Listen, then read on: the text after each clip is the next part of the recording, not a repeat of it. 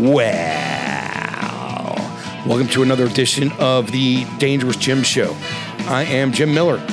Zeke is in the booth. We are here live at UROC 2 Studios. UROC 2 Studios right here in Cincinnati, Ohio.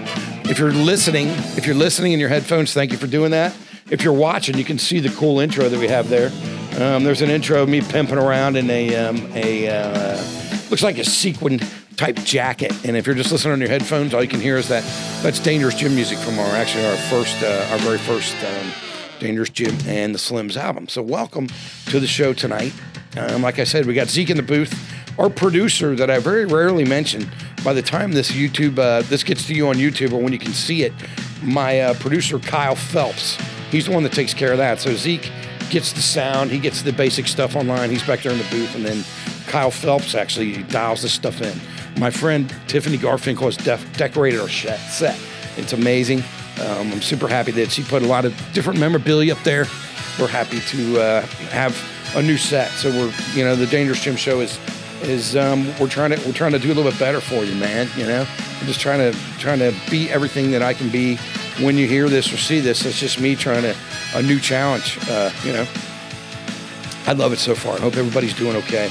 I always encourage you when you're here and you're listening, try to exercise, try to ride your bike, get in the water, man, swim, get you some waterproof headphones, swim, run, jog, get on that Peloton, do something to take care of yourself in your headphones. I appreciate that. If you're in headphones now, you can probably hear me a lot better. So today's episode is, it's going to be sponsor-free, commercial-free. We're not doing any sponsors tonight. It's a pretty serious episode. There was a young lady in the late 90s that lived in Fairfield, Ohio. Her name was Laney Gwinner, and she was out at Gilmore Lanes partying one night on a weeknight over at Gilmore Lanes, and she came out into the parking lot and she disappeared. So this is going to be a non-sponsor episode. We're not going to do any commercials of any type that make money for the show, and the reason for that is because I'm not a huge proponent of like true crime podcasts. So don't think you're going to be getting a bunch of true crime stuff from me. The reason that we're doing this is because there's a very special guy that wrote a book. His name's Randy Hubbard, and he's a school teacher, and he wrote a book called the Laney Gwinner Effect. Here it is here, and the reason that we're having him on is because, he's taken an active role literally in trying to solve the case. So I do not like podcasts that they don't know the person. They're trying to make money. They're trying to sensationalize the murder of somebody. I want everyone to be clear that I know that this is a person. This is a person that was abducted and killed very close to where I live and where my kids grew up. So I'm taking this very, very seriously, and we're not going to make money for the show tonight. We're going to break down what happened. I'm going to introduce you to the author of a book called The Laney Gwinner Effect. This guy, Randy Hubbard, he's pretty cool, man. So when we come back, I think you're going to understand why he wrote his book. And again, we're not trying to make money off somebody that's died. There's nothing like that. This is completely a tribute to Laney and literally the effect that she had on students in the Mason School District and basically a lot of people around the tri-state area. So stick around. This is the Dangerous Gym Show. When we come back, we'll be here with Randy Hubbard, the author of the Laney Gwinner Effect. Stick around.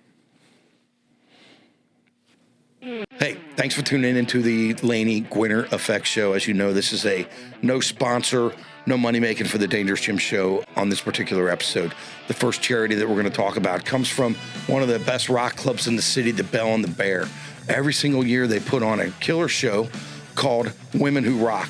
They bring in all the killer women and also some really good men from all over the Midwest and also some national acts as well. But the key is the show itself. Unlike most benefits that only make money for the bar, this particular show makes big money for two really good charities. The first one is Women Helping Women, and the second one is the YWCA. So if you want to donate or you want more information on the Women Who Rock, remember, you don't have to donate when the show's going on. This is an ongoing charity for Women Helping Women and also for the YWCA. You can send an email to the Bell and the Bear Bar at gmail.com. The Bell and the Bear Bar at gmail.com. Zeke, show me a picture of Karis wearing a Dangerous Gym shirt. just to see. Let's see what we got. Oh, yeah, look at that promotion. There's promotion. Wait, oh, man, I wasn't going to promote anything. But anyway, the Bell and the Bear does a lot of good stuff. Go out and see them. Open Jam Thursdays. Women Helping Women, YWCA. Women Who Rock. It comes around every year. You can email the Bell and the Bear Bar at gmail.com. Wow. That's Dangerous Jim and the Slims music right here. I like it. We just use the music because you have to, if you use other people's music, you got to pay licensing. You probably already know that. Yeah, Welcome exactly. back to the Dangerous Jim Show. I am Jim Miller. My guest today is a super cool guy, who's now become a friend of mine, Randy Hubbard. Randy Hubbard has written this book. It's called The Laney Gwinner Effect, How One Cold Case Mobilized a High School to Make a Difference. You can buy this on Amazon. There's a lot of information in here, and we're going to cover this for you today. Again, we know this is a pretty sensitive topic, so we're going to break down, we're going to talk to Randy about the book and about his involvement in the Laney Gwinner case, or the Laney Gwinner effect that it had on Randy. So welcome to the show, Randy. I appreciate you coming in, man. Thank you. Appreciate it. Thanks for coming. Tell me a little bit about yourself. Well, I'm a retired school teacher actually now. So as of February last year, I retired. 34 years of teaching. Started off biology, chemistry, and those kind of things. And then when the CSI thing came out in the early 2000s, or actually late 1990s, I decided to try something in one of my classes with forensic science. And it just went off really well. Kids were so into it. And then I kind of stole curriculums from other places like colleges, Michigan State, Eastern Kentucky, and some of those who were teaching it already. And I just brought it into high school, and we started teaching forensic science. Sure. And I always was one that tried to do things different. I even created a zoo while I was at Harrison High School. And I took an old industrial arts room and turned it into a zoo where the kids taught younger kids about animals and things like that. And then when we got into my last couple years, when you see retirement down the window, you kind of, you don't want to cruise your way out, but things start to get harder. And I ran into a young man who was extremely intelligent, and we got into looking at true crime things and so forth. And then we decided we were going to try one on our own. And from there, it went into looking into Laney's case, and then it spread into a class that has looked over 60 cases now. And referencing cold cases in general, it's amazing how many cases haven't been solved. Right. I mean, what is the percentage? I think it's like 75% of murders never actually get solved. The number's really high. There's over 250,000 in the United States now. So and so you started at Amelia High School, right? That's where you started first teaching. Well, I actually started out in Kansas first. Started in Kansas when you were young. Went over to Amelia. Oh yeah, went to Harrison first, then to Amelia. Harrison, then Amelia, and then Amelia Mason. Over to Mason. Yeah. Okay, and then I heard what you said about doing different stuff in the classrooms, right? So you created a zoo with animals, and so it sounds to me like from the very beginning of your teaching career, you're trying to do different stuff and more than the average teacher. Trust me, I've sat in a lot of boring classes, but I've also had some teachers that for me that I'll never forget. I remember my fourth grade teacher, Mrs. Roberts. I was eighth. I forgot what grade I was in. I was in middle school, 7th grade, 8th grade. I was very hyper, and I was excited about playing music. And she said, "Don't disturb the class. Here's a notebook. You can just do whatever you want on the notebook." She didn't punish me. She and so I think that for you, especially doing some different stuff with people, stimulating people's minds in any way is great, right? Right, exactly. Yeah. And it keeps a teacher fresh when you do something different. So I get it, man. How does it work when you're a teacher? They give you a thing you got to follow, and then if you want, you can just go down it and follow it, or. Well, yeah. I mean, when you teach the basic sciences, chemistry and biology and those kind of things, you have a curriculum and certain things you're supposed to cover. Yeah. Most places try to do very similar things in each classroom. You can always kind of vary from those a little bit. But a lot of things that I was proud of is I kind of created things that were new. Yeah. At least for the area and things like that. And I always felt that was important because what it did is it kept me energized. Of course. And as a teacher, when you're there for a really long time, you gotta find that thing that's going to keep you going. I get it, man. And I like learning. I still like reading and I like learning new things, and that was always fun for me. And a lot of times the kids appreciated because they were learning at the same time you were. Sure. When they see you doing it and you're learning, they also kind of jump in and say, "Oh, okay, I get it." So, I get it. So let's just do a quick summary of Laney. We're going to talk about Laney the person in our next segment. Okay. But for now, let's just break down for me what happened to Laney. Okay, so when we started researching this case, it actually started with I didn't even know about her case. Right. We were looking at one out in Arkansas that actually kind of connected to Laney's.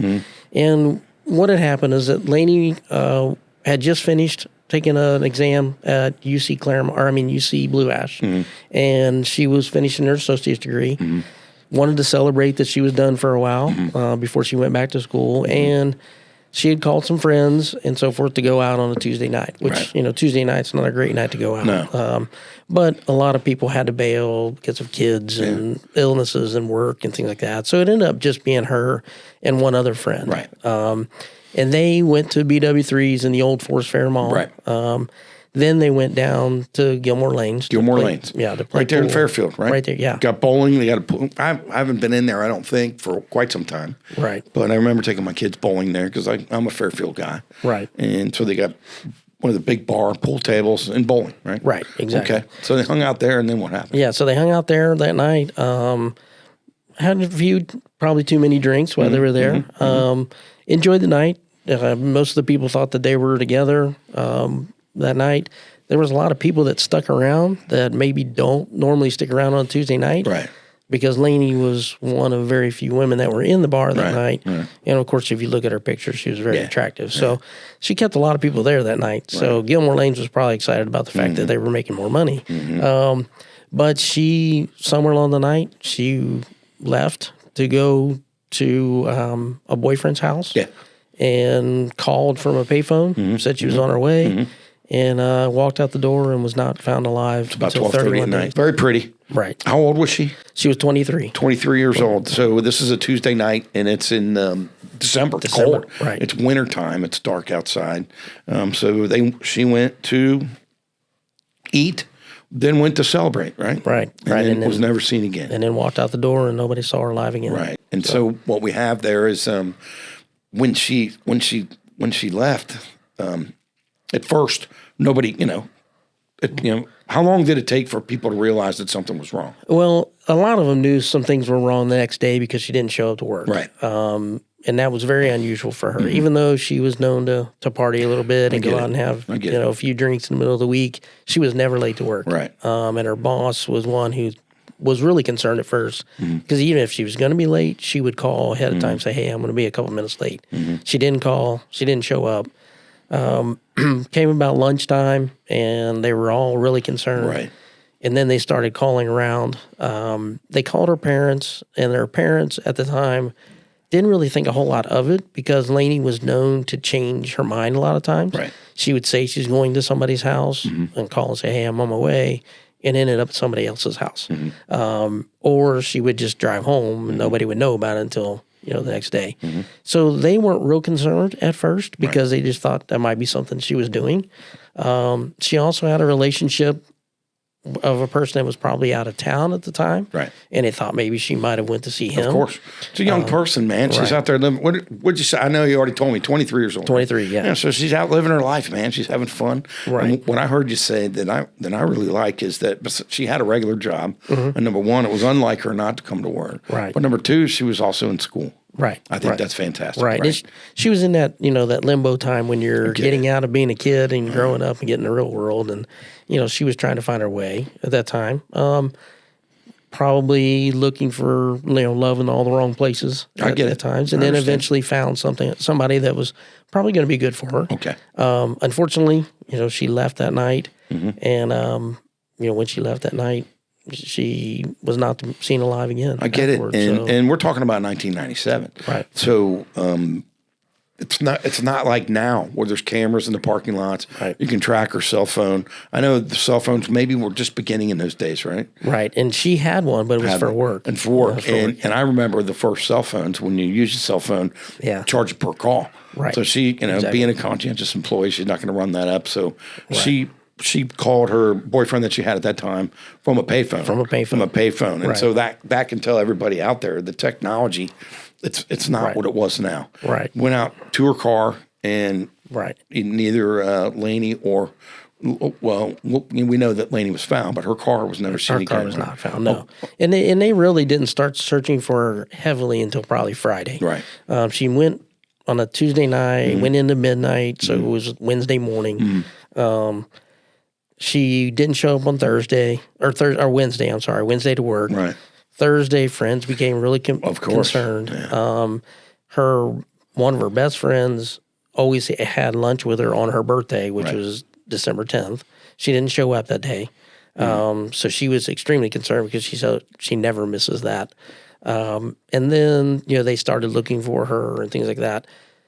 Unfortunately, when they reported to the police and things like that, they're not family. So it's not really a big deal, for the police department because they're saying she's 23, she's got the right to do how does that work? Isn't there like a time frame for a missing person? Actually, so if you call on a Thursday and you haven't seen someone since Tuesday, how does that work? Well, everybody thinks there's a 24-hour rule. That's not necessarily true. Right. As a matter of fact, if it's a child, and it's an immediate thing where they start looking. Adults, it's not that there's a 24-hour period. It's just usually they kind of wait a little bit, only because a lot of times people show up, when they say they disappear and then they show up the next day, things like that. I get it. But I think red flags were raised in this case right away when she's not at work, man, Right. without calling, when she has no history of doing that. Right. All right. So now it went past her birthday. Right. So it went to Friday. Her parents finally called the Westchester police. Well, the Westchester police realized that she disappeared from Fairfield. Well, that was on a Friday. Right. They didn't really look until Saturday. They sent the stuff to Fairfield Saturday evening. Well, then Fairfield really didn't get it started on it until probably Monday. Right.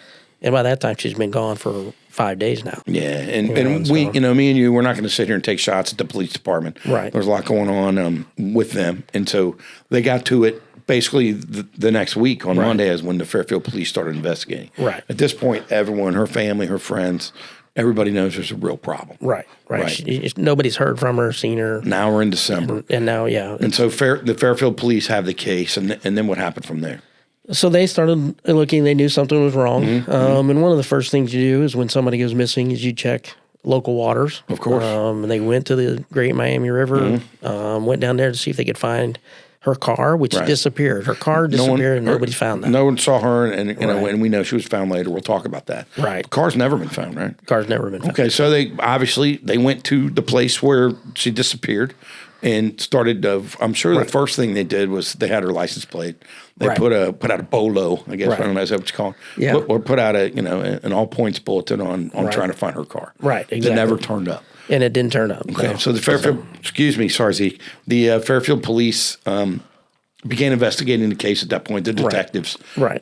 Probably, I guess, does it start with the detectives? Does the detective get involved right away? Yeah, they'll assign it to somebody pretty quickly, Okay. and they what they do is they go and interview all the people. They try to first find out who was there, go to the bowling alley, figure out who was bowling that night, who was working there. Of course. Try to find as many witnesses as they can to talk to. Unfortunately, that's not easy to do because some people didn't know anything bad happened, and they didn't report that they were there that night. I totally get it. And things like that. We got listeners, besides the local listeners here in the Cincinnati area, I have listeners literally all over the world. So if you're listening and you're not from the area of Ohio, we're talking about a place called Fairfield, Ohio, and is a very long 4-lane road. It's a very long, straight 4-lane road, and people that live here, everybody understands that. But there are tons of car dealerships on this road, which means there could be people from anywhere. Right. People. If you guys don't know this, if you're watching from out of town,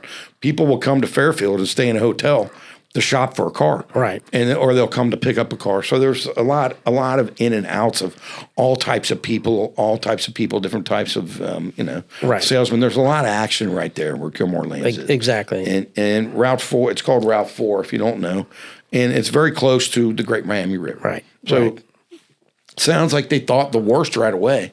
I mean, if they went to the river that quick, right? Well, when somebody goes missing, you got to first try to think of all the places they possibly could go.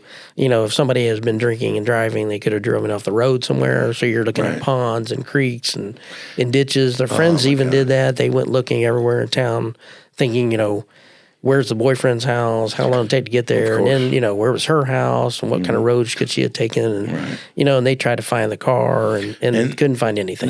Man, I have kids. I know you have kids. And this whole this is horrible. Oh, right? Yeah. And, I mean, the concern that her parents must have had and her friends for somebody that's known to be responsible for a person that's just disappeared, that must be horrible. So now we're past her birthday. We're rolling into Christmas. The investigation has begun, but nothing's happened. Nothing's happened. So and when I know that, I don't know why I feel like it's worse at Christmas time.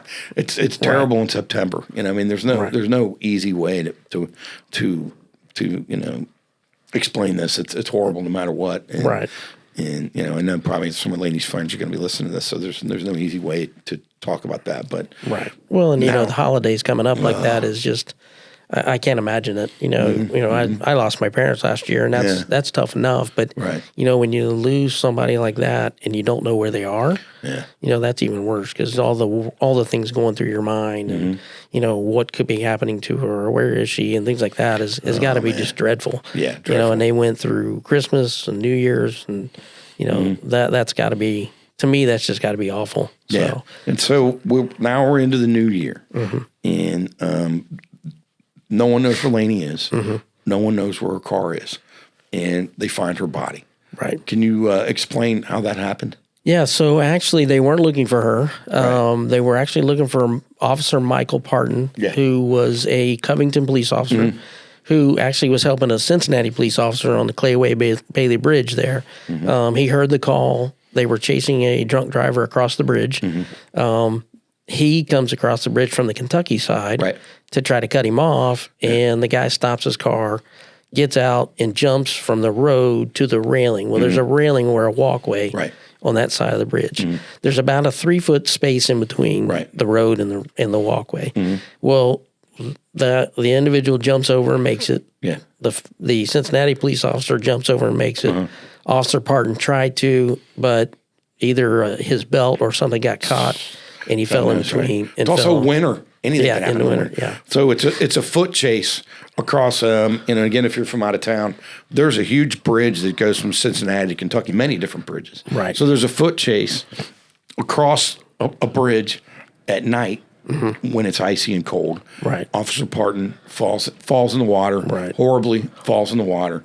And so and him being a policeman, and nothing against the cops, but him being a policeman, they start to really look for him heavily right away. And unfortunately, we had some bad weather during that week too, so it rained really hard. The Ohio River was up.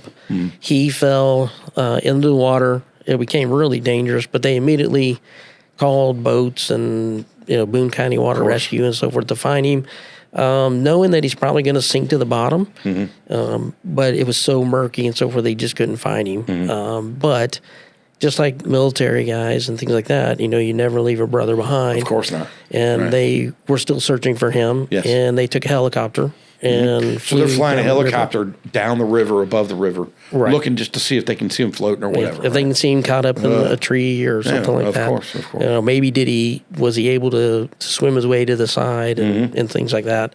They were pretty sure they weren't going to find him, but you got to try. And they actually they went from Cincinnati Lunken Airport, flew down the river all the way to Warsaw, Kentucky, came back. Because it was getting dark, so they came back, got up the next day on January the 11th.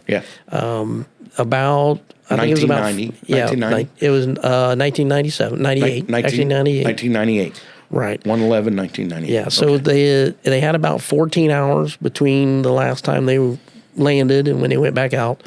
And as they're getting close to Warsaw, Kentucky, the pilot, the Covington fire chief who was in the helicopter with him, and a barge on the river, all pretty much about the same time, saw Laney's body in the middle of the river. And they saw her floating in the middle of the river. Obviously, there's a lot of dynamics to Of course. what the body does and things like that. Right. But it was cold, and what should have happened is that if she was at the bottom of the river like they thought she was in her car, that she would have stayed at the bottom, would have tumbled at the bottom, probably got caught up, and maybe they would have found her in May. Man, that sucks. And fortunately and unfortunately, finally they know where she is. Right. Unfortunate part is she's not alive. Okay. And they actually could tell from the air that it was a female body. Right. They knew exactly what she was wearing. The picture you guys have up there of her, that was what she was wearing that night. Yeah. And he said, she was wearing that cowgirl outfit that night? Yeah, pretty much so. Okay, somewhere around that. Yeah, there was a few things that were her different. Car. What is that? It's a 1993 Honda Del Sol that's never been found. Right, that's never been found. All right, so in a nutshell, celebrating graduation, BW3s, bowling alley. Goes out, her car, she disappears. Her car disappears. Right. Over a month later, 31 days. 31 days later, they find her in the river. Right. Okay. And horrible story. It is. And at first everybody thinks, well, maybe she just drove into the river and so forth. But then when they did the autopsy, they pretty much figured out that she was asphyxiated, which could mean a lot of different things. Right. There was no marks of manual strangulation, but they did say that she was probably dead before she hit the water. So that means that she ran into somebody that probably either put their saddle on her or put their arms around her neck, and she was pretty drunk. So that unfortunately can cause asphyxiation to happen pretty easily. Yeah, I didn't know that. Yeah. I did not know that. Okay. Yeah. Well, we're going to take a short break. We're going to come back. We're going to talk. I know this is tough subject matter. Right. For sure. So we'll talk about the body a little bit and the car. And I think it's important we talk about the steps that you took and your class took a little bit later to literally track the body, the car, all that around the river. We're going to take a short break. We'll come back and we'll break that down. This is Randy Hubbard. His book, dropped it on the ground, is the Laney Gwinner Effect. There's a lot of knowledge in there, and this is a good guy. This is the Dangerous Gym Show. We'll be right back. Hey, this is a cool charity. It's called the bandofhelpinghands.com. My buddy G Miles, he's a guitar player. He's a smoking guitar player, but he also has a really cool charity. It's called the Band of Helping Hands. Now, G Miles, he owns a church. They put on shows in this church. They're getting ready to buy a second church, too. I just played a gig with them. Bandofhelpinghands.com. All the top talent around the Cincinnati area plays in these really good churches. The churches sound good. The shows are great. The production's good. All the proceeds from the door to the merchandise and everything goes to the Band of Helping Hands, and they get that into the hands of needy families. It's the bandofhelpinghands.com, the bandofhelpinghands.com. Go see a show at a church.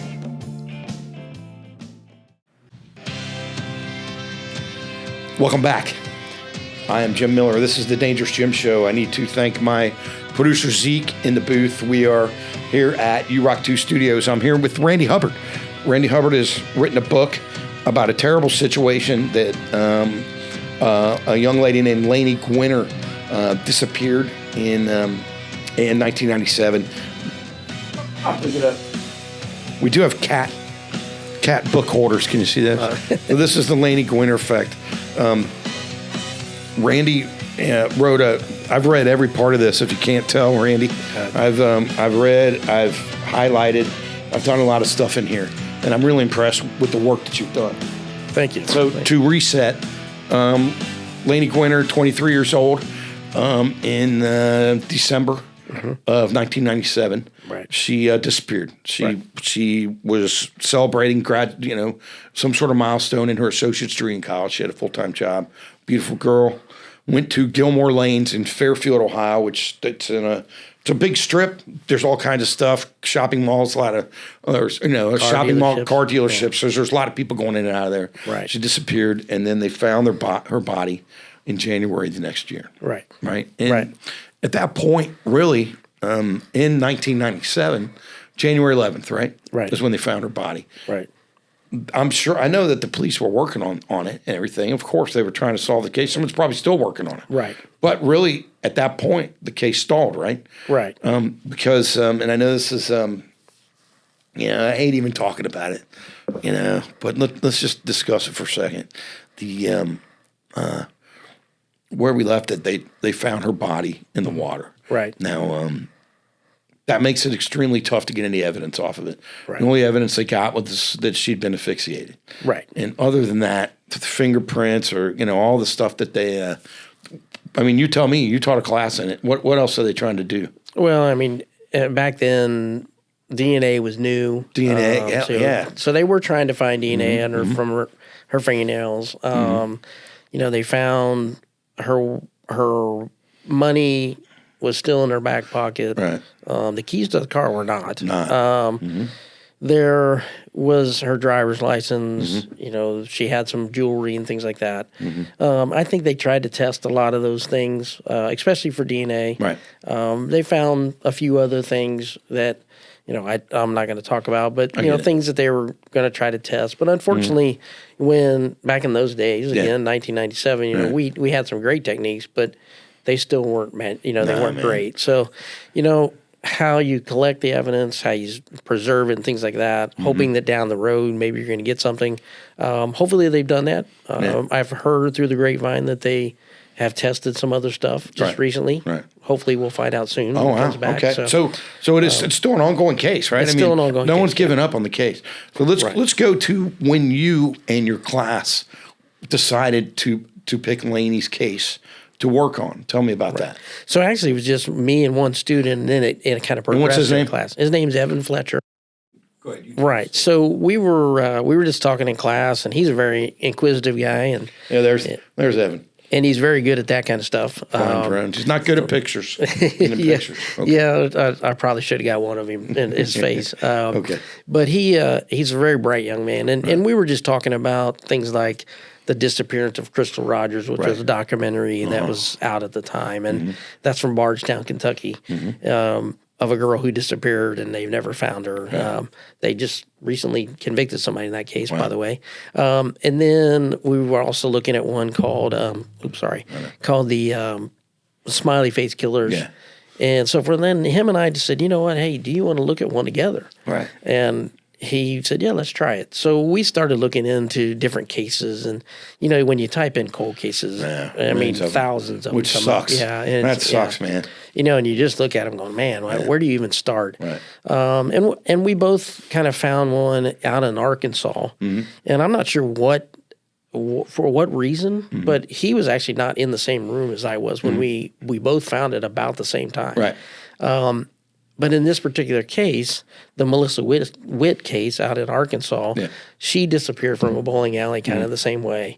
Was found 60 miles away from where she was taken. Oh, and interesting. Like so there's similarities in the case. Similarities. I did not know that. A bowling alley where there were, car dealerships. There was a highway really close to it. All those things that were very similar. She even looked a little bit like Laney. Oh, wow. So it was one of those things like, oh, wow. And then at the bottom of the page was the connection between Laney and her. And the person that was working on that case just threw it out there saying, hey, if anybody knows anything about this case, the Laney Gwinner case, please contact me because there's probably some similarities there. Oh, right. Okay, right. So you found a case in Arkansas that was very similar. Right. I didn't know that. Yeah. And now the only difference with that case, we later found out they're probably not related because Melissa Witt was physically attacked violently in the parking lot. Right. There was blood and everything that was left at the scene. Right. She was sexually assaulted. Oh, no. Okay. And left out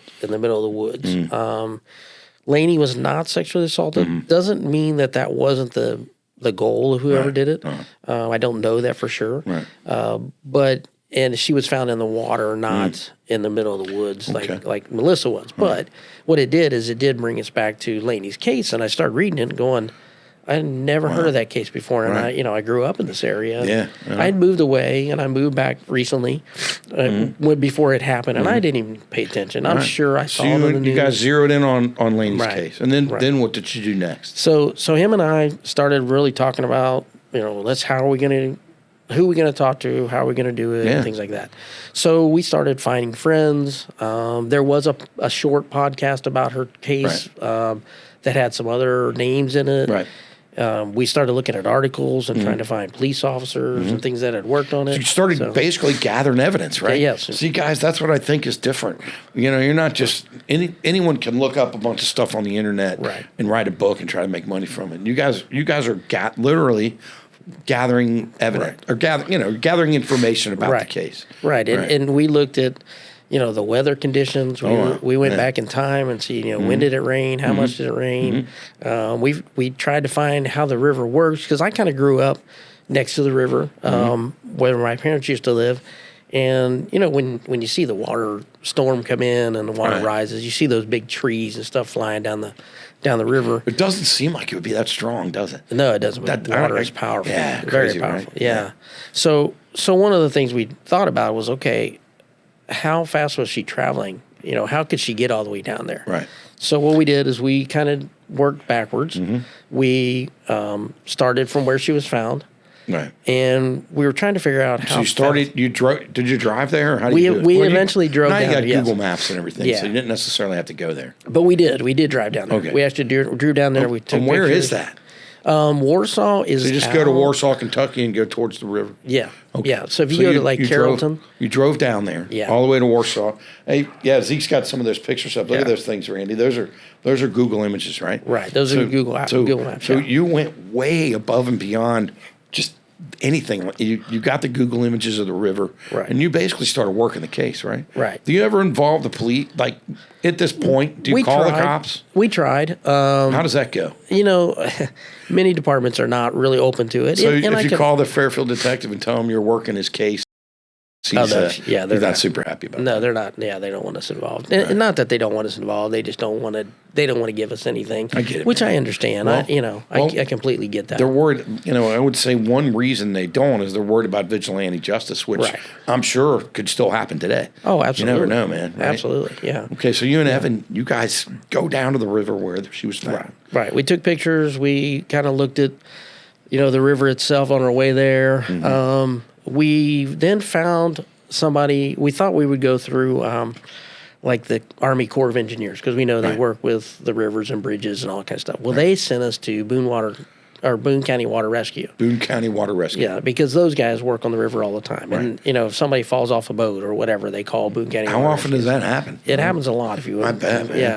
Yeah. And if people are stranded on the river with their boats, that go dead or whatever, they send them out there and try to get them back and things like that. I got it. So Boone County Water Rescue is a pretty amazing group. Yeah, okay. And we got a hold of one guy, and the first guy I got a hold of, he told us about the river and taught us about how fast the river goes and things like that. And he even said, how fast does the river go?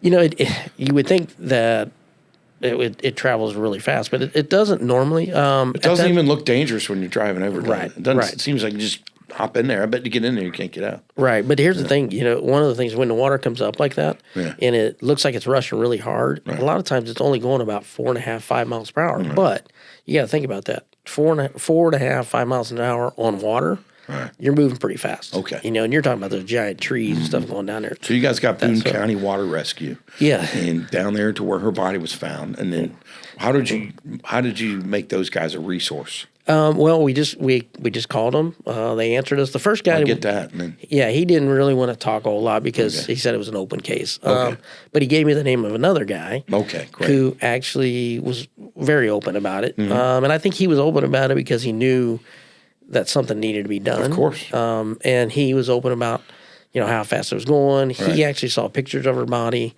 And explained to us, he didn't think that she was at the bottom and all kinds of stuff. But what we did is we figured out how fast it was going. Then we used Google Maps to work backwards to figure out how long it would take her from each section of the river all the way back to Fairfield. All the way, even we went all the way back to Hamilton on the Great Miami. Yeah, I guess the assumption that someone drove straight to the river in Fairfield. Right. Maybe not, right? Right, exactly. We don't know. We still don't know exactly what happened. Right. But the point is, this is one of the reasons you're sitting here. Right. You're making the extra effort, man. You really are putting out effort to try to. I don't know if you would actually, if it's called solved when you're a civilian. Right. But you're really putting out effort. I think that's great. Yeah, and I think the goal was more just to just to get the information back out there and to see what we could find. Of course. You know, we were just trying to work deep into things that, I get it. You know, what hadn't been looked at, or if it had been looked at, did they miss anything? You know, and not trying to find something, you know, that the police did wrong, because we didn't want to do that at all. Of course not. But it's a cold case, so something had to be missed. So we just we just kind of went back, and we were learning so many things. And I couldn't believe the people I was talking to, like her friends. Yeah, I'm friends with them now. Of course, you know, and I would have never talked to them if it wasn't for this case. Right. We had some actually in the back of the book. I have a section called the 6 degrees of separation. Well, you know, we use that a lot of times in the wrong sense, but you know, it's about saying that somebody across the country is really tied together through 6 people. Of course, you know, and then I started looking at the case, and we started contacting people that we were connected to, or that I was connected to. Right. And I'm thinking, wow, I did not realize I was that connected to someone I never knew. Well, I told you I was texting my buddy Chad. I won't say his last name, but just in case. But I was texting my buddy Chad, and I was asking him about, you know, one of our, you know, this episode we're doing only people that do stuff for charity on our commercials, about something at the Bell and the Bear, which is a local rock club here in town. And he goes, "Are you talking about Laney?" Yeah. I was like, "What?" And so, I mean, I had my own 6 degrees of separation there. My buddy Chad actually knew Laney. Right. Yeah, it was crazy. Right. Yeah. And that was the stuff that kind of drew us in, you know, and as, you know, when we started talking to her friends, and we finally got a hold of her brother, which that, you know, that to me is probably one of my cherished friendships that I have now. No, I don't want to get sidetracked, but he gave you the blessing to write the book, he did. Right? He did. Yeah, and that's important, because, I mean, I personally feel that you've handled this with kid gloves, and you've done it in the right way. Yeah. Well, and that was one of the things that we talked about. You know, with you brought up true crime podcast, and you know, we listen to them and stuff. And I have problems with a lot of them. I get it, man. You know, but this one, we finally felt like we were really connected to her. Right. You know, weren't sure why. We don't know why we picked her case, but then all of a sudden it was like, what are the odds of that? You know, we have to go on with this. I totally understand. Yeah. And also the information that you guys gain in basically trying to solve the case, that can be taken back to class, of course, and used in other ways. And that's exactly what we did. We one day we actually got on the news. One of her friends told Fox 19 about what we were doing. Jessica Schmidt came to our school, did an interview with us, and showed what we were doing. Well, the kids in my forensics class saw it and started asking questions. Well, what I had planned for the next 2 weeks was out the window, because those kids just jumped into, you know, hey, did you look here? Did you talk to this person? Did you do this? You know, and it became like a class project for everybody. That's one of the many different effects. I know you call it the Laney Gwinner effect, but it's really effects. Different stuff, different ways, and that people are learning. Okay, so you took the Butler County Water Rescue. You started trying to track it back with the intention of seeing how her car went into the river. Right. Now let's talk something that I didn't really understand, and is how many cars are in a river. It's amazing. You'd be amazed. What are those people called that you mentioned them in your book? And they went to a dock. What do you call that when you drive down? They went to a boat ramp. A boat ramp. There's like 6 cars piled on each. I never knew that many people put cars into the water. They do. You know, a lot of them are accidents. People accidentally drive in. Some are on purpose. They try to get rid of the car for insurance purposes, or you know, or stolen vehicles, and they dump them in them, things like that. Okay. You know, so you would be amazed. You would think that finding a car that somebody, you know, when you find a body in the river and you think that it was in a car, you wouldn't think it would be too hard to find, but it's very difficult. Yeah, I mean, I've lived around the river my whole life. I've never seen a car floating in it. Right. But now I look, just because what I've learned from your book. It's amazing. What is it called? Water Rescue. The people you talked about. Boone County Water Rescue. Yeah. I mean, I never knew there were that many cars in the water. Oh yeah, it's crazy. Yeah, and so you guys basically started tracking back all the way back to Fairfield, back to where she disappeared, in an attempt to look and see, you know, if someone did indeed put her or her car in the water, where they could have done it. Right. Because then, of course, that narrows down the geographical area, and you can start working the case from there. Right. Now, tell me about a couple of your experiences in finding submerged cars. Well, one, we actually had a volunteer who came from Aberdeen, Kentucky. Right. His name Dustin Fowl. Dustin. Dustin was a unique individual. He had a similar background to you. Yeah. He straightened his life out and decided that he was going to help people. Right. So he bought a boat and started taking veterans and their kids and kids that are in troubled families. He would take them out and teach them how to fish. Just anywhere. Yeah, anywhere, right? yeah, and especially Isn't that especially on the east side of Ohio, Okay, things like that. great. So he saw our story, He saw the story on the news. and we got a hold of him. He actually emailed us and said he would volunteer to come down and run up and down the river with us Right. To different places we thought the car possibly could have went in. Yeah, so you had it narrowed down, and he said he would just Right. as being a great human, and you guys being great humans, you're trying to do something good together. Right. I love it, man. Yeah. So we went, and he took us out on the boat. Karen Johnson was with us. Karen today. Johnson, cool. I know Karen Johnson. We went up and down the river from Lawrenceburg, Kentucky. Now, how did Karen find out? How did she get on the boat?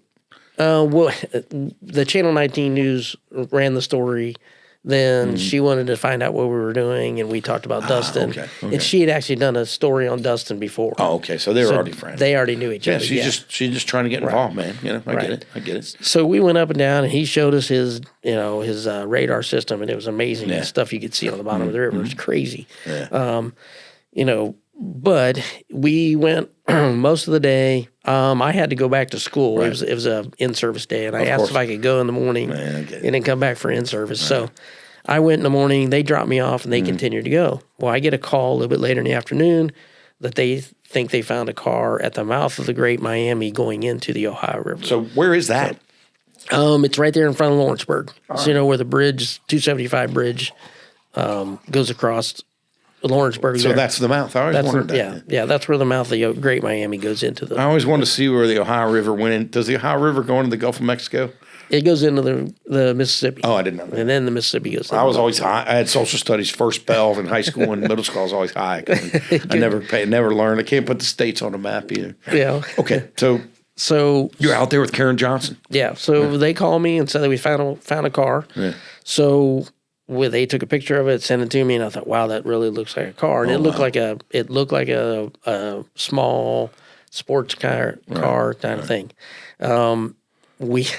They marked it with some trees and things like that, but we had to go back and find it again. So we had to drive down. Well, the only way to get to it was to go through the power factory that's down there on the river. Oh yeah. Well, this is after Oh, you 9. mean when you're going across the bridge? Yeah, Are you talking about right there? Yeah, you see the power line on the left there. Yeah. Well, after 9/11, you're not supposed to go around power plants like that. I didn't know that. Yeah, so the gate was open, so we drove in. So now I know exactly where you're at. I'm picturing that bridge there. My little girl once, one of my kids, we were driving there, and you know how all that smoke comes up? Yeah. She says, "Daddy, is that a cloud factory?" It looks like it's putting clouds. It does. in. Yeah, it does. Now I know what we're talking about, Yeah, and so- I'm extra sad about what's happened. Yeah, so we actually had a group called Adventures with Purpose with us Adventures at that with time. Purpose. Okay. And they're guys that on YouTube you can see them. They used to just go in and find garbage on the bottom of rivers. Then they accidentally come across a car one time that had a body in it. Well, then that's what their purpose became, was to do that. Well, they were making a cross-country tour, Right. and Evan had gotten a hold of them, and they agreed to come and help us look for a car. So they were with us at that time. We went into the power plant, and I told them, I said, we're not going to be able to stay here very long. Somebody's going to come get us. But somebody left the gate open. Yeah, and they left the gate open. Right. So we drive back way in there thinking we could get to it pretty quickly. Well, about 10 minutes later, cars with lights and stuff come flying Of course. behind Yeah, us. good. At least they're paying attention. And they right? paid attention, yeah. And we told them, we said, we thought you would come soon. Right. We told them what we were doing. Okay. They said, we appreciate what you're doing, but you can't do it here. So they made us go back out. So Okay. so we went out and actually parked, it's a lookout park there. I get it, man. So you went and parked and you went back and looked. We dove. Yeah, we walked in and they went down the river, and we kind of met in the same spot. Gets in the water. He thinks he's found the car. Right. The diver is. He's diving in the water. Yeah, so he's actually standing on top of what he thought was a car. Okay. And then he was going to dive down and try to find the license plate and things like that. Right. Unfortunately, when he got down there, he said it wasn't a car. It was just a giant tree. Giant tree. The tree roots, he said, when he first felt it, he thought it was a car too. Okay. But he said it was just a giant tree that was down. So we didn't find that one. Right. And then later we got a phone call from a teacher in Mason County, Kentucky. Yes. Because he got a call from somebody, and he calls me and says, "So you're getting leads, because of Jessica Schmidt, right? Yeah, she put you on TV, right? Right. So the media works. It does, and they put you on TV, and then now people are giving you leads, right? And the guy calls and says that his uncle's been telling the police, just in Coleraine area. Yeah. He lives right on the river. Said he's been telling people for years and the police for years that there's a car right outside his house. Right. And that's not too far from Fairfield. Right. It's not too far from Fairfield, and it's actually very close to somebody that could be involved. Right. So it would have been, if that's her car, then that puts that guy pretty close to it. Yeah, so. we're gonna go over some of the potential suspects in the next segment. So you go back there to Coleraine area. I can almost picture where that's at. Yeah. And I know we talked about. I read it in your book at least that you went back there with Evan. Right. And you basically don't know these people at all. No. And again, it should be noted that you're putting out a lot of extra effort here. I mean, mean, and this is, I'm assuming this, you didn't think you were even going to write a book at this point. No, you weren't, you weren't doing research for a book, man. You were being a good person. Right. The book came later. I'm sure that you weren't thinking you're going to write a book when you're out here. Right. And if my English teachers knew that I wrote a book, they would think you were crazy. Yeah. So. Well, I read through it. I didn't see any grammatical errors or anything. Yeah. You did pretty good. I did okay. Yeah, I did okay. So you go back there with Evan. You meet some colorful characters back there. We did. And I know that you mentioned that you had gone and I found a little bit humorous that there was I did not know that there were aggressive groundhogs. I didn't either. We talked about you mentioned that he needed in order to go to see that particular car. Right. And this is the one that you reported to the police, right? Right. So you called the cops. And now we're, what year is this? 2019, 2019, yeah. All right, so you call the cops, you say, hey, the cops like, here's Randy. Here's Randy trying to solve a case again, right? I don't know what, but did you have one detective that you call in Fairfield? We just called the tip line because at the time we didn't know who was working on the case because it was cold. What is the tip line phone number? Is there a phone number still? Or? There is, but you would think I would know. Zeke, why don't you look up the crime tip line while you're sitting in there? Yeah, I should know that. Yeah, anyway, so you called what do you say? Fairfield Police Department. Fairfield tip line. So you called tip line. You tell them, hey, we think we found a car. Yeah, we told them we were going to look at it. Somebody called us, and we went down there. Probably, we were so excited about the whole thing. We didn't really look into it very good. Probably. I get it, man. But we rushed down there and we pull in, and he did warn us that his uncle was a little gruffy kind of guy, and I get it, and so forth. And we get there, and at first, the dilapidated barn. Right. Yeah, holy moly, that's scary looking, isn't it? Right. So we pulled, that's where you went, and that's right near a river. So right. There's no. I don't want to. I'm not saying that's a very secluded area, and if you were up to no good, that might be a good place to operate from. Right. So I can see that, just from what the reason that you're interested in this area. Right. Exactly. Yeah. And we went there. We're not sure what we were going to get into. Right. And this gruffy old man comes walking up the gravel road, barefoot, bare feet, no shirt, long hair, kind of scruffy looking. Yeah. And he yells all the way up that street that you saw in that picture there, and we start to talk to him, and right as we're talking to him, all of a sudden the truck comes pulling in behind us, dirt flying everywhere, and the guy sat in the truck for a little bit, and then he gets out. Well, it was his nephew, right? And his nephew looked like he had just got off work and rushed over there and all that kind of stuff. But then as we're walking back to look at the car, he goes, hold on a second, and goes back to his car and gets a shotgun. Gets that shotgun for starts walking towards the aggressive groundhog. Yeah, I didn't know that was the thing, but I would not want. Actually, I don't want any aggressive animals to attack. Right. So you go back there, and you're watching out for the groundhogs, and you go to in the hopes of finding a car. Now we spent a lot of time on the car, but why? What's so vital about the car? Well, because if they can find the car, then they'll know the people that are probably connected to that area of the river. Right. People that know the river, people that do things in that area, and things like that. And there could be evidence in the car. And there could be evidence. I would say probably not after this long. But also, I think if you place the car, then you can at least narrow, at this point, it's a huge geographical area from the Fairfield bowling alley all the way down to Kentucky. Right. We're talking about, I don't even know how many square miles. Right. A lot. It's a long way. I mean, and just to narrow the search down by finding the car would be great. And I think we can both agree that the car might not have ever even gone in the river. It might not have. Right. No, But, it might not have. right. So we thought we had found it. It was a perfect size. Right. And everything, things like that. Man, wouldn't that have been great? I'm still rooting for you to find the car. And we marked it and everything. The police finally came and got it. Unfortunately, when they pulled it up, they found out it wasn't hers. It was a car that was reported stolen, but it wasn't hers. Right. So, you know, those kind of things, you know, you get so excited about it, and then you kind of get deflated when you do that. I mean, can you imagine doing that for your living? Right. Yeah. Right. Think about, we just talked about, I mean, at the top of the show, what did we say? Over 70% of cases are unsolved. Right. And I went, my buddy Harlan, we went up to the Taft Theater to see a great band called Blue October. If you get a chance to go see Blue October, go see them. But, and he works at the dealership that's right next to Gilmore Lanes. Right. I forgot what it is, Hyundai maybe, I don't even know. Right. But, and I picked him up at the dealership. There's a little street right there, as you know. Right. And they got a ton of cameras now. Gilmore Lanes has cameras. Yeah. You could, anything that's happening there would be caught on a very high level camera. Right. And back then, nobody had cameras. Like we even, Evan and I went to all the dealerships and asked them, did you have I'm cameras sure that's the back first then? thing the cops did too. It's just, you'd think that people would have cameras on their car lot, right? Right. I don't know. I guess not, right? Back then, it wasn't they hired people on golf carts to drive around all night long. So they didn't have anything like that. So, and I guess that night nobody saw anything. Right. There was one next door at the gas station, but unfortunately it was a VHS tape.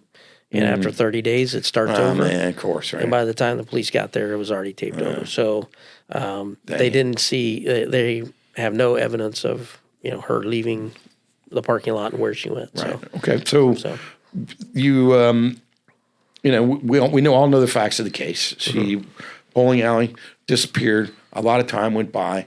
You and Evan in your class, you guys decided after seeing a similar case to start looking into Laney's case, and the logical place was to look in the river and start working on the car aspect of it. Right. So we're going to take a short break, and then when we come back, I want to. It's a little bit sensitive, but I want to talk a little bit about suspects. Okay. Right. Let's just talk about. Let's do a little whodunit on maybe what type of person. Or because this is still an open case, and you never know. I mean, somebody could see this today, right now, and go, you know what? That rings a bell. It's possible. Right. It's highly possible. Right. And I mean, either way, I think this is a great thing that you did. The book is a good, easy read. You're a good writer. This is Randy Hubbard. He wrote a book called The Laney Gwinner Effect. This is the Dangerous Gym Show. Stick around. We'll be right back. Thank you. Hey, we're on another break. This is a charity that's extremely close to my heart. I've actually done a lot of work with these guys. It's called Family Promise. And here's the way it works. Family Promise helps single families, typically single moms, when they're in trouble. They often, moms will become homeless and they have children. Where the Family Promise comes in is that the Family Promise actually, they house people in different churches. Instead of dropping them in homeless shelters, they put them in various churches and they make it safe for them. They provide food, shelter, as well as job training. It's Family Promise of Butler County. I've done a lot of work with them myself. I highly recommend that you donate to Family Promise of Butler County. Here's the website right here. Thank you. Hey, if you're still here, thanks. This is the final charity, no profit for the Dangerous Gym Show commercials that we're going to run tonight. Let's go over what we've talked about. The Bell and the Bear. They have the Women Who Rock. It comes up every year. By the time you see this, it's already going to be passed for the year, but that doesn't mean that you can't donate. You can send an email to thebellandthebearbar@gmail.com.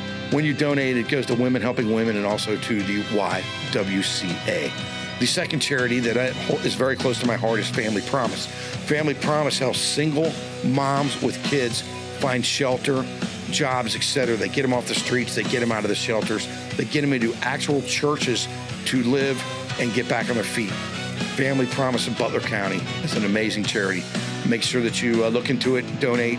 donate your time or donate your money, man. It's a really cool place. Finally, Band of Helping Hands. My buddy G. Miles owns a church.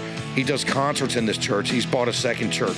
The idea is to bring some of the top talent from the Cincinnati area to play benefit concerts with all the proceeds going to needy families. bandofhelpinghands.com. Go see a concert in a church, man. Great acoustics. You'll feel good. They're top-level bands, bandofhelpinghands.com. Let's get back to the episode.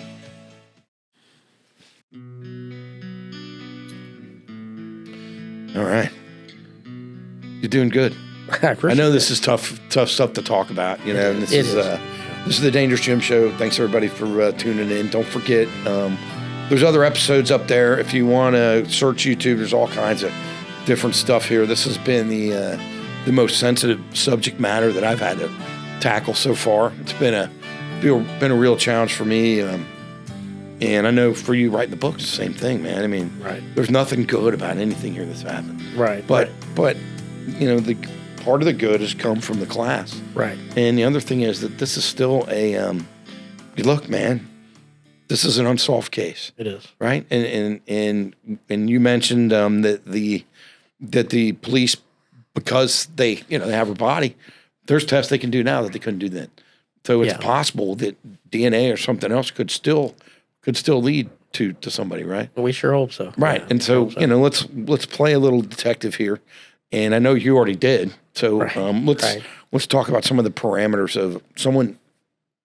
She leaves the bowling alley, right? Mm-hmm. And so I think one of the most important things that would, because her car has never been found, I think one of the most important things that somebody that may have done this would have the ability to make a car go away. Right. Exactly. Which would mean to me, I'll do one, you do one. To me, one could be somebody that works in the auto industry, right? You take that car to your buddy who immediately takes the VIN number off of it and paints it another color.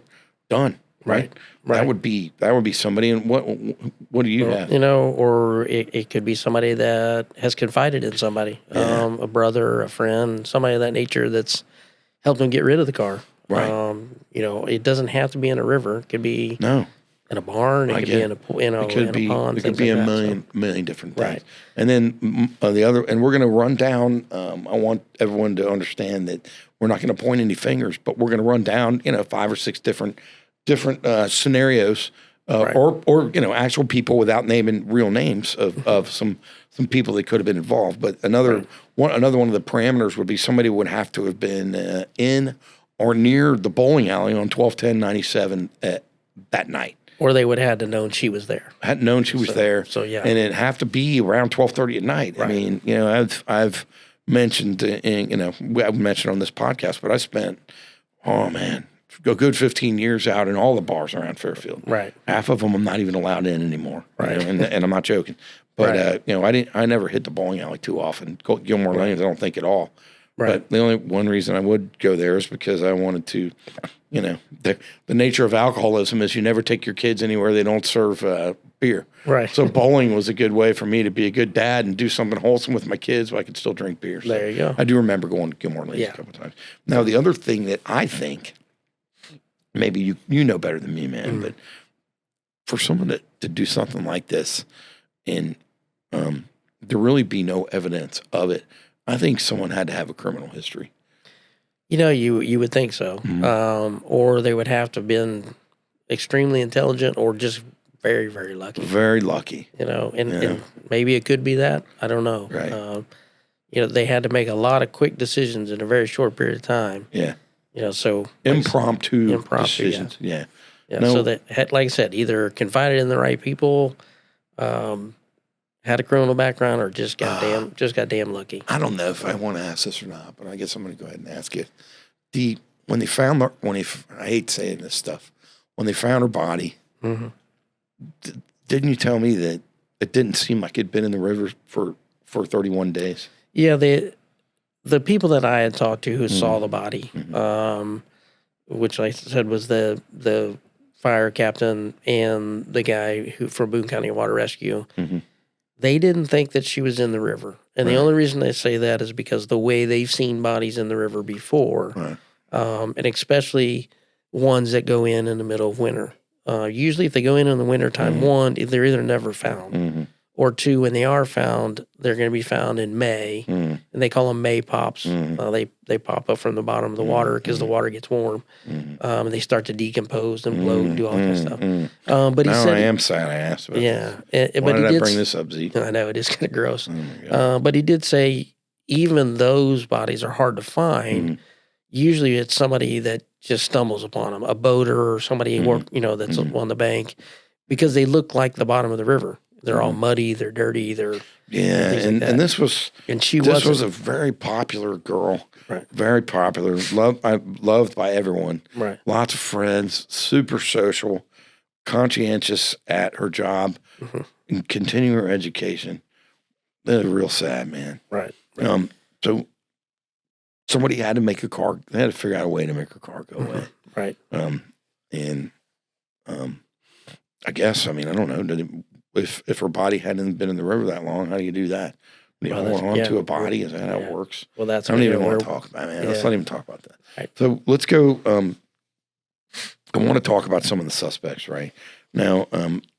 And these are things I just Googled. I asked my lady on Grok. That's what I use. And 80% of people, what does it say? 80% of people know their attacker. Right. So, let's just run down a few people. And we're not going to mention any actual names, but let's just run down some of the people. The first person I'm sure the police went straight to was when she called her boyfriend at 12:30 at night from the payphone. Right. And she was going to go there. She never showed up there. Right. I'm sure they jumped on that right away. Right? Yeah, pretty much. Yeah. Yeah. And say, hey, did she show up? And my man who we're talking about, we're not making any accusations of any type, of course, but he lived with his parents. So I'm sure think she's probably coming in the basement, going to his room in the basement, I guess, or something. Yeah, like that, and to tell you the truth, I think they actually said his basement was above the garage and things like that. So, he's got to be the first one they look at because he was the current boyfriend. Right. She supposedly called him. He even admitted that she left a voicemail on the answer machine. Right. So, but he was pretty distraught. Especially for a guy who hadn't really gone out with her that long. They had only been together for about 6 weeks. So it wasn't like it was a long-term relationship and things like that. I get it, man. So he's got to be one of the first ones you got to look at. Of course. Because of that. And his only alibi was his family. I mean, his family was his alibi. So, how families are. I get it, man. Sleep, but dude, you're sleeping at night. I mean, what are you going to do? And I know he left this door open and went back to sleep. Maybe not. I mean, that who's to say? Right. No, but the next person that I read about in your book and that I would like to talk about is Laney had a prior to she had a different relationship with another guy, and I'm not going to even how much have you changed the names? If I say someone's name right now, it doesn't rhyme with someone's name. Or how are we going to? We're not going to go Pat when his name's Matt, right? No, right. No. We're not going to do any of that. So it's really, if I say someone's name now, it's really not their name. No, there's only two names that are public record that I didn't change. Right. And one is the boyfriend. He was in the newspaper. So we already passed him, and we didn't say his name, and I don't want to. And the other one was the guy who was with her that night at the bowling alley. Right. He's still got to be looked at because he was the last one to see her alive. So let's just break that down a little bit. We're going to talk about it. Let's talk about it. Right. I don't want to say his name, but the dude, you got to think about this from a guy's standpoint. The dude, Laney was very pretty. Right. He was a coworker, right? Actually, he was just a friend. Yeah, he was just a friend. So he and her go to BW3s. Then they go partying at Gilmore Lanes. Right. Any red-blooded American guy, you're going to be bummed out if she calls her boyfriend. That's not the plan, man. Right. I'm sorry. That ain't the way it works. And not at 23 years old. No, and I don't know if that was his plan or not, but we can only assume that there was a little bit of bad blood there. And I believe that what we talked about was she left and then he left, but he stayed out in his car and people saw him sitting down in his car. Yeah, right? Yeah. So supposedly there was a witness that saw him warming up his car after she left. Now, I did find some things the other day that maybe contradict that a little bit, but again, it doesn't prove anything. Right. They do know that she left alone. Left alone. They just don't. How do they know that? Well, one, I guess one from the interviews they had, Right. he was still there when she was gone. Right. Or vice versa. Right. She was gone, Mm-hmm. or he was gone when she was there, one of the two. Okay. Right. But so they didn't leave together. They did not leave. They left separately. Yeah, supposedly they left separately. So. Yeah. Now she also had a prior to this, she had a very turbulent relationship with. Did you change his name in the book? Yes, say I this did. next Yeah, name. I did. We'll call him Matthew. Right. Right. And that's not his name. Right. Right. But she had a turbulent relationship with the cat, living somewhere, living around Fairfield somewhere. Right. Which included a lawsuit. Right. Which included violence. Yes. Yeah. And I don't know if that's documented, so I want to be clear. Did you say in your book that there was violence between the two of them? Yeah. You said that in your book. Yeah, I did, and it was pretty well known by all of her friends. Yes. Especially some of them that came in later in her life who saw her in the middle of that relationship. Okay. It was a very tumultuous one. Right. Tumultuous. You're a teacher. I couldn't think of that word. I said something else. If you look at him and her, you don't really see the two together. Yeah. If you know what I mean. I don't want to judge people, but he doesn't look like the type that she would be with. Very aggressive, very, Right. They're very those young romances can have a lot of passion to them. Right. There's no doubt about that. Okay. Yeah, and it just wasn't a good relationship. Okay, so Matthew, he, and I think that it's common knowledge that he wasn't super popular with her friends. No, and he wasn't very popular with a lot of people. So right. Now it's possible that this dude could have. Remember we talked earlier that Laney got on her and was sending emails out, probably from her AOL address, old school, sending out emails to her friends, getting people to come down to the bowling alley. Now, we don't know who she invited and who she didn't, but a lot of people knew she was going to be there, and not everybody could show up. Right. But a lot of people knew.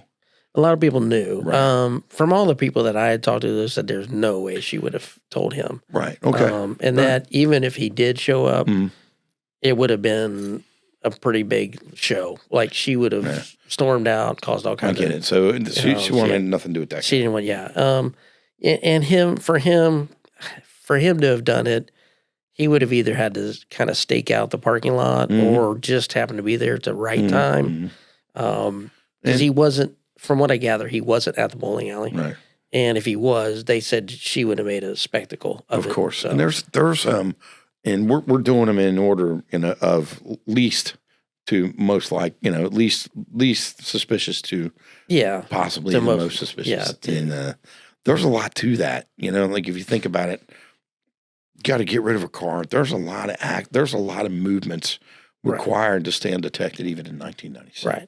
Right. So, maybe the turbulent boyfriend, maybe not. Possibly. But also the next person or people that we need to think about is especially some of my friends are car salesmen, but there's, in all those car lots, that's a lot of different types of people, different upbringings, a lot of hard living, hard drinking salesmen in those days. There's a ton of car salesmen around there, right? A ton of them. And a lot of them didn't have a very good background. I get it, man. I mean, I think the only requirement, Zeke, to be a car salesman is the ability to sell cars, right? I mean, I don't think that anyone cares about any other part of that. Right. That if you can sell cars, they don't care if you have a criminal record, any of that stuff. So we're going to now, car salesman, has his name been changed? It has. Yes, okay, so we're going to talk about car salesman Eddie.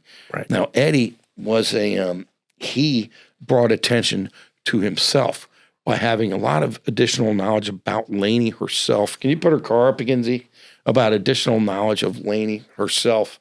And that car right there. Right. He remembered her, and he remembered the car. Right. And go ahead. You tell me from here. You take over. Well, there were two different stories. The weird thing about it is they came about 10 years apart from each other. Yeah. Okay. But they both said the same thing. So he supposedly went to a bar shortly after she disappeared, and was talking to somebody at the bar, and a witness next to him heard him telling the story, and said that he was very fixated on the fact that he was there that night, that she went missing, and he knew a lot about her car. So he was there in the bar? He was there that night. Okay, so there's a car salesman named Eddie who was actually there. Right. Drinking in the bar at the same time Laney was in there, and he had a lot of additional knowledge, more, we'll do quotes here, quote unquote stalker knowledge about what she had going on. Yeah, right? and he seemed to be, and the first witness said he seemed to be very emotional about, talking about her. Okay.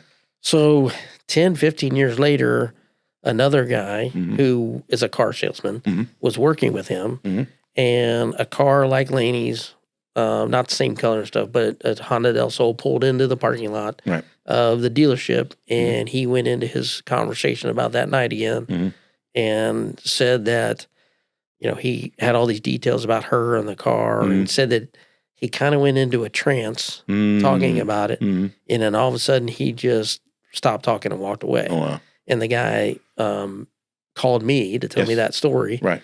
Did he know that from the news, or he did not know? Well, that other one he didn't. How did he know to call you? Oh yeah, he did see he did see that story. Okay, he saw it on the news, yeah, and he called you and told you about it. Yeah, and said this guy's acting weird. Yeah. Now, when he calls you, do you call the cops? What do you do at that point? Well, at that point, it's hearsay, so you don't know exactly what it is.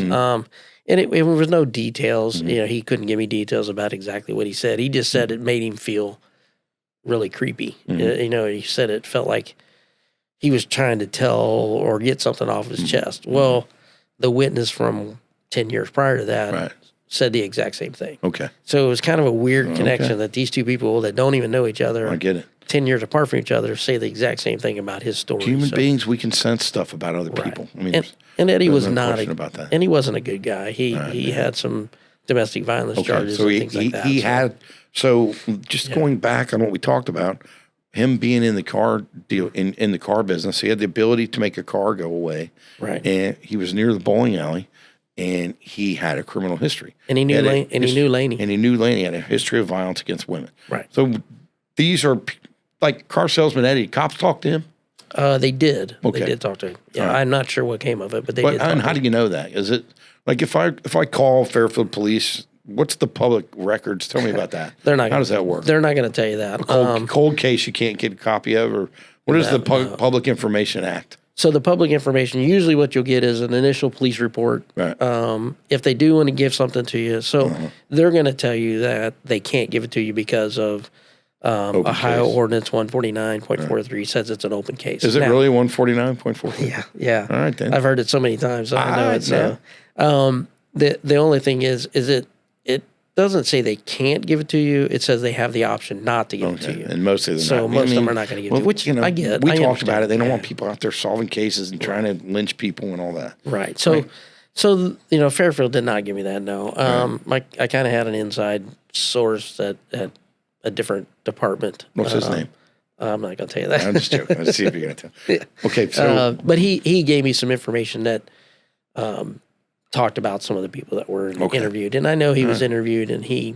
Yeah, but also at this point, with no evidence, pretty much someone's got to go, hey, you know what, I did it. Right. But exactly, there's going to be new evidence. I know there is. Man. I hope so. I really do too. Hope so, yeah. This is crazy. So the other thing we need to think about is, I think from what you know, for God only knows why, Gilmore Lanes was very crowded that night. It was. Right. And, maybe, and Laney was a good looking enough girl. She may have been holding some people in there. Right. That's, that's for sure. And there was a group of 6 people that were in there partying. And there was a group of 6. This is, we're going to move on to maybe a potential next guy. And we're just going to call him, I want to, every time I say someone's name, I want to make sure that it doesn't rhyme with something else and that the name has actually been changed. Right. Correct? Correct. Okay, we're going to call him Weird Wayne. Okay. Right? And there's always, everyone knows in bars, there's all different types of people there. Right. And there was a group of 6 people, and Wayne was a big, tall cat. He was. Yeah, and he became fixated on Laney, which any bar you go to, there's always some weird dude fixated on a woman. It happens everywhere you go. Right. Right. Right. And he had an unusual interest in her. It seemed to, yes. And this is from who? Who said so this? The bowling alley owner, yeah. He had mentioned that there was a strange, tall individual that he had never seen before Oh, okay. at the bar who seemed to have a strange interaction with her at the bar. Right. Didn't really say what it was. Okay. But it stuck out to him. But it stuck out to him. And was this at the time, or was this later? This was at the time. Okay. So he reported that. He did. He reported. He actually went and found the friend that he knew in that group of 6 to find out who he was. Track him down, because yeah. And, so they gave him the name. I think people that work in establishments are more likely to remember details than the people that are partying in them. Right. Because when you're sitting at a table, like, I don't know what's going on around me right now. I'm talking to you. Right. Right. But they're more likely to remember people that aren't, the nature of people. Right. Yeah. So I think that's a pretty valid lead. Right. And also in that group of 6, there were some relationships that had kind of soured. Right. And one of them came forward and had said some things that kind of linked him to, he was kind of saying stuff to her and things like that. Now, we don't know if that's true. Know, man. We don't know if she's hearsay. That person. Sorry, I get it. I mean to say she. Yeah. That person is just upset with them or what. Okay. So we don't know for sure, but it does show that people were interested. Yeah. And even most of the people that were interviewed said, yeah, they saw her. I mean, how can you not see her? I get it. Yeah. And also, there's how many pool tables are there? There's only 2. Yeah. So, and also, if you're just sitting in a bar, inevitably, you'll watch people play pool, you know, and girls don't play a lot of pool. And there's, good looking girls aren't, it's usually, it's usually, there's mostly men playing pool. Right. And from what I gather, she was pretty good at it. So oftentimes she was taking money from people too. Okay, good. I love that. Yeah. So I mean, it just sounds like she was a really great girl. Yeah. Really does. So. But the things that are, the other thing that I read in your book was that Weird Wayne, now I don't know the timeline on this. Right. But he did go outside and he came back without his coat. Supposedly, yes. Okay. We do know that he left by himself. Mm-hmm. He was in the parking lot for a period of time. We don't know how long. Right. He doesn't really know how long. I get it. But other people did say he did go out there. Mm-hmm. One individual said he came back in without a shirt that he left with. Because he said he threw up. Said he threw up on himself. Yeah. And I don't know, man. I mean, most people don't throw up on their own shirts. Yeah, especially if you're 6'6". Yeah, man. And if you're, it's hard to throw up on yourself. Yeah, and if you're throwing up from drinking, it's not the first time it's ever happened. You know how to keep it off. Right. You know how to hit the ground. Right. At least I do. So, okay. So, but again, there's so many weird people around at night. Right. In Fairfield, or any city on a Tuesday night at 12:30 at night. Right. And especially in that area, there's a lot of transitory, I don't even know if that's a word, you're a teacher. Transitory, is that a word? Yeah. All right, transitory people that are out there. Right. Okay, now we're going to move on to the main suspect. Okay. Right, in your opinion, and we're going to try to explain how this person came to be. Now, before I say his name, it's not his initials, is it? When I say that, no, it is not. I had to think about it doesn't rhyme. I don't know if it actually is or not. To tell you the truth. All right, we're going to call him the main suspect. Yeah, right. Because I want to be careful because, and I don't know if he's a suspect. I think he's a serious person of interest. A person of interest, not a suspect, right? I don't want to. We're not trying to solve crimes here, but I think it's important to note a few things. And this is another reason that you've taken the time to understand this, right? And these are still people that are walking around, right? So maybe once they look over some of that new evidence, maybe one of these people that we're talking about right here could potentially have some trouble. We don't know, potentially, right? So this final guy, do you want to explain it, or do you want me to try to explain it? Yeah, go ahead. Okay. You try. Okay, so here's what happened.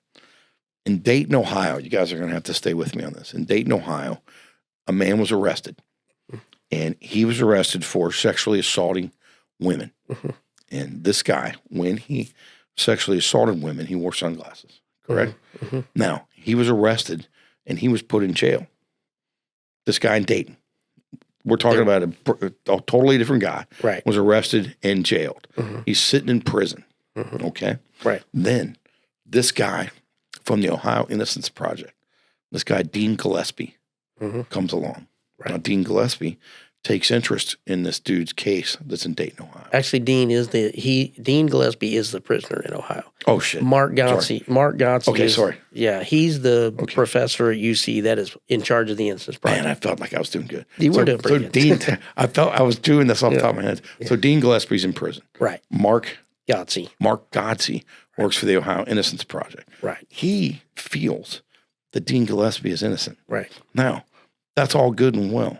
But in order for someone to get out of prison and for the Ohio Innocence Project to have any be effective at all, they need to basically solve the case, or at least prove that there's a large amount of reasonable doubt that this cat even did it. Right. Right. So Dean Gillespie, his mugshot. Oh, Dean Gillespie, there's an artist rendering that put Dean Gillespie in prison. They used an artist rendering that the ladies had been assaulted. They used an artist rendering, which is a picture. Right. And they took that picture and circumstances that we won't discuss here somehow ended up putting Dean Gillespie in prison. Right. So the Ohio Innocence Project guy had a copy of this. Right. So he goes back to Fairfield, Ohio, and he looks at people that have criminal records in Fairfield, Ohio, and looks at other people really anywhere that could be near. Right? Am I telling it right? Pretty close, yeah. Go ahead. You take over. So a private investigator, Yes. She actually found the case. Yes. And what had happened is that Dean Gillespie was put in prison. Yeah. They had the. How long was he there? He was there for 10 years. 10 years. Wow. Yeah. And the drawing actually did not look like him. Right. They had all kind. They had supposedly this other evidence. Later, they found out the evidence was made up. Actually, there were some police officers that got in trouble up there for that, and some other things. So Dean got out. So he got railroaded. He did. He got railroaded. Okay. And he got out of prison. But one of the things that when they were looking for a possible other person, right, they had a case here in Fairfield that was very similar to the cases up in the Dayton area. The individual would act like a police officer. Would show a badge to somebody. Show a badge. Then he would get them into his car. He would hold a gun to their head, say a bunch of other things, and then he would have them do some unspeakable things. Yeah, of course. But he did it in a way that they would not leave any evidence. Okay. So in Fairfield, an individual was arrested for flashing a badge at a girl who flashed him at a bar. Yeah. He said that that's indecent exposure. Had to take you to jail. Sure. Handcuffs her, takes her out to his car. Well, the friends that were with her. This is in Fairfield. This is in Fairfield. Okay. Yeah. They go out with her. Right. They say, "Wait a minute, you can't just take her like that. You know, show us your badge again." And he flashes the badge, but he doesn't stick it out there. And he drives away with her. They call the police a few minutes later. They call the police department and said, "Hey, it was an innocent, misunderstanding. Can we come by and pick her up?" Right. And they said they don't have anybody in prison or so they don't have anybody in jail. So he said he was taking her to jail, and then it turned out that it was an imposter. Right. And then what happened? Well, they described the car, described what he looked like, and the police already knew him. They said, "I think we know who it is." Okay. So they drive to his apartment complex, which happens to be right behind Gilmore Bowling Lanes. So the guy who's abducting women and has done it before has abducted a woman. Right. And he lives right near the bowling alley. Right. Now and he's abducted a woman. Right. And it happened several years before Laney, but it was still in the same area. Look, man. But he told the girl that, I guess we're in trouble. And the police come in. He actually walks out and meets them. They arrest him and they take his mugshot. Right. Well, the mugshot they took, they knew him, so they just let him keep his sunglasses on, which is unusual. He also, just like Dean Gillespie and the artist rendering drawing that put him in prison, he wore sunglasses too. Yes. So the artist rendering in Dayton plus the suspect in Fairfield, they both got their pictures taken with sunglasses on. Right. And Zeke has it up.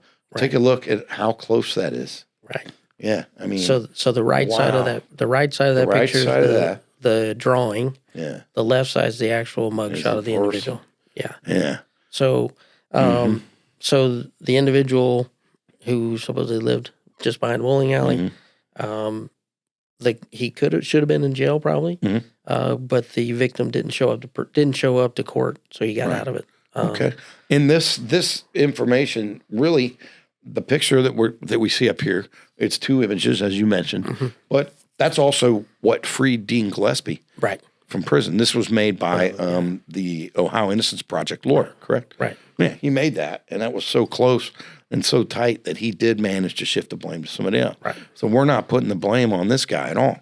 But the point is that someone that had a history of abducting women was maybe there that night. I think we discussed that he could have been in there or frequented the bar in Gilmore Lanes, right?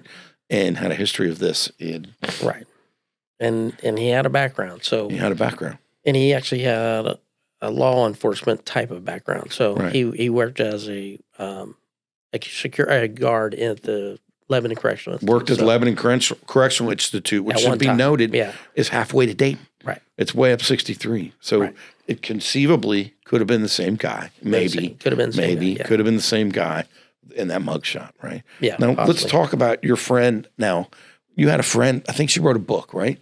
Tell me about your friend who helped narrow it down to this guy in Fairfield that she went to his door. Oh. Tell me about this. Yeah, this was the private investigator. The private investigator who helped the Ohio Innocence Project guy? Right. And she didn't want to talk to me at first because obviously we're new and things like that. But I had gotten some information from somebody else and I found his name and I emailed her back and said, is this the person you're talking about? Right. Well, then at that point she opened up a little bit and said that she went to confront him. She went to his house. Yeah. In Fairfield. No, it was at a different place. He moved. All right, he moved. All right, so he went to his house and just out of the blue knocked on his door? I'm not exactly sure how the interaction went. Okay. She just said she met up with him. All right, met up with him. She confronted him about it. He just kind of laughed at her and said, "You don't have any DNA evidence," and then turned around and walked away. You don't have any DNA evidence. And so he didn't say, "What the hell are you talking about?" He wasn't indignant. He just said, "Hey, you don't have any evidence." Right. And then later he was questioned by the sheriff's department, but he wouldn't answer a question. So he pled the fifth? Basically, yeah. Okay. Just said he's not going to talk to him. So all right. Well, so there you have it, right? I mean, that's pretty amazing. That picture's amazing, right? It is. I mean, it is. And that's that picture means nothing to Laney's case. But what it points out is that there was an offender out there who could have conceivably been doing that more than once. Right. Right. And and unfortunately, we can't confirm that he was there. I mean, the stories are that he had been there before. Okay. The investigator said that he had admitted he was there, but again, you have to have proof that he was there. And I don't know what she had. So well, okay. Yeah, I mean, but I think in general, in summary of what I read in your book, and we're not even touching. We haven't even really. We've given the most brief outline of your book, but let's segue a little bit into the class and also the back of this book. Now, if anyone decides to buy this, you can get this on Amazon. I ordered it on Amazon, The Laney Gwinner Effect. But in the back of this book, the first how many pages is it? I can't see the page. It's probably 60-some pages. Or you mean the back section is probably 60-some pages. Right. Now, in this book, you guys, there's 56 unsolved cases. Laney's the first one. And these are all cases that your class has worked, correct? Right. So when it says, for example, I was confused, but each one of these is a description of a cold case that has been worked in Mason. What's the name of the class? It's called Cold Case MHS. And is it still happening now? It's still there, yeah. So you started it, and who's teaching it now? A guy by the name of Paul Berry is teaching it now. Paul Berry is teaching it. So still today, the Laney Gwinner Effect is still there, man. Right. Because you founded a class. Not only did you put the time in, a way more than anyone would have put in to try to help Laney and her family. Right. And are still doing so by sitting here. I appreciate you coming in. Right. But there's 56. These are ones that have been worked. Right. So by the time when you did this, there's more now. Oh, there's been a lot. There's way more. So this is what how long does it take to put it out? It took a couple of years, right? Right. Exactly. You don't just all of a sudden have a book. It took me 2 years to write the book. Yeah, and there are so many unsolved cases. Okay, here's a solved one. But there's so many cases in here that are unsolved. It's crazy. Right. I mean, most of them are unsolved. Right. They are. They are. You know, and the biggest part about the book itself is, you know, her case is tragic and things like that. But I guess the biggest part about the book was how looking into her story created such a large, I guess, outreach to do something more. Right. As I said earlier, it was weird how I got the case, you know, how it came to us. It was weird how so many people that I knew were connected somehow, some way. Right. I even had a student, I had her 10 years prior to when I actually started her case. Yeah. I didn't know this until I started writing the book, that she was actually mentored by Laney because she would go to, Laney worked at where her dad worked. Oh. And she would go stay with her dad after school, and Laney would be there to help her with homework and do all that kind of stuff. Right. Well, I didn't know anything about that until 10 years later. Right. You know, I had a student in class who basically he's here because his mom and his dad actually met at one of Laney's vigils. Oh, for God's sake. And now they got married and had him, and he was in my class. You know, so there's been a really nice. It's been a horrible thing. Right. There's a horrible thing. There's no way around that. But the effect that she's had, and the fact that you started a class where people, I don't know if you guys have ever solved a case, but I bet you that working those cold cases, and I don't know if the police like additional info or not, but anyone else putting eyes on it, because you think about a case that happened in 1985. I'm just picking a number. Right. Now, my man over here in Mason, the detective in Mason, whoever that may be, he's working on the most immediate ones. Right. Because he's got immediate pressure. Hey, this person was killed here. Right. A lot of times they don't even have time to get to these. Yeah. And especially with the lack of, you know, people don't want to be cops, man. Right. So I think it's super helpful to keep these people alive, these spirits alive, and letting people know that they're not forgotten. Right. And I think it's amazing. Yeah, and that's the biggest things that we learned from, you know, we learned so many different things in general, investigator process and sciences we didn't know, but the biggest thing was the empathy that we gained for these people. You know, when you start talking to family and friends and get their true emotions, it changes you. Yeah. It changes how you talk to people, how you know, interact with people and things like that. And I think that was the biggest thing. And that's one of the things that we tried to teach the kids is that, you know, when you make that first phone call to a mother who lost their daughter or a dad who lost their son or something like that, it's going to change you. It's going to change how you feel and how you know, work on these cases. Yeah. And it does. And it makes kids want to work harder to try to at least get something.